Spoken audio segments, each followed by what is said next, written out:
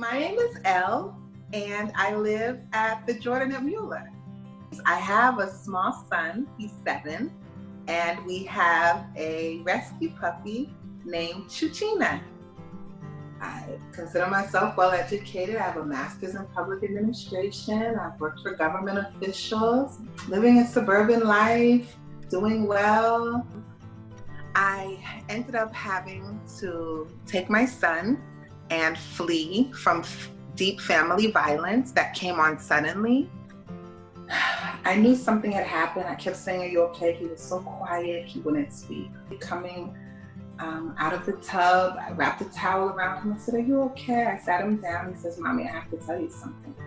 He shared what happened, and that's when I told him, "You know, we have to tell the police. We have to tell you, you have to speak your truth. Mommy is here for you. You have to speak your truth." They did find the importance of bringing it to trial, and my little son is the hero because it was all based on his testimony.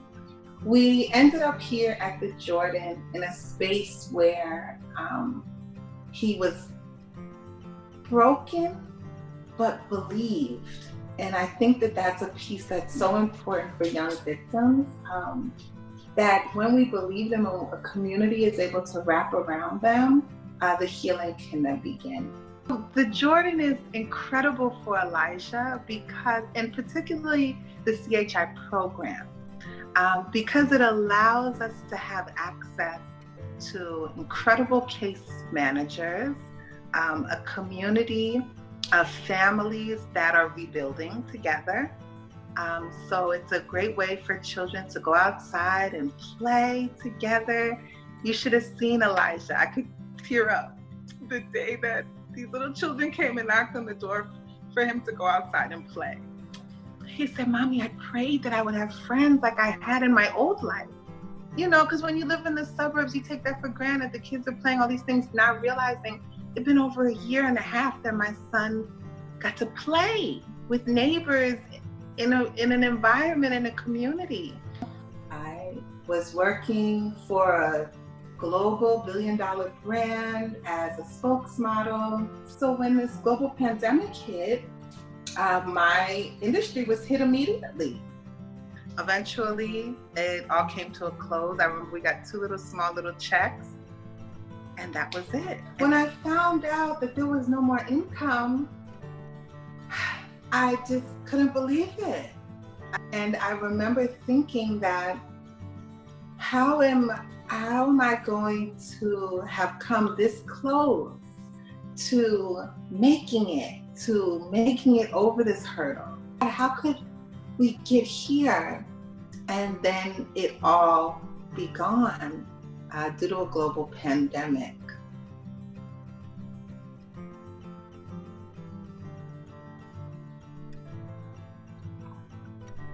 I was floored.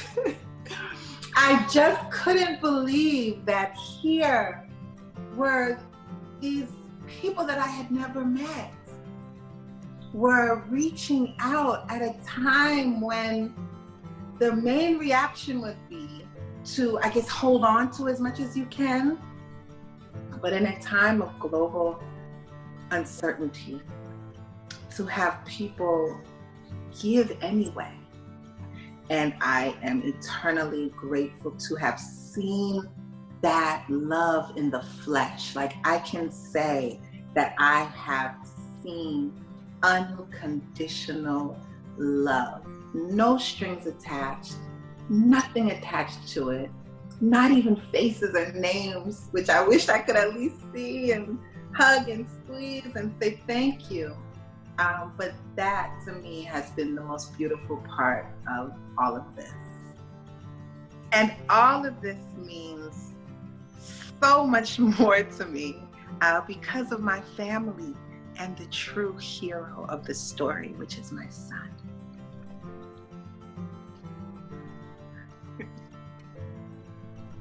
Hi, Esther. Hi.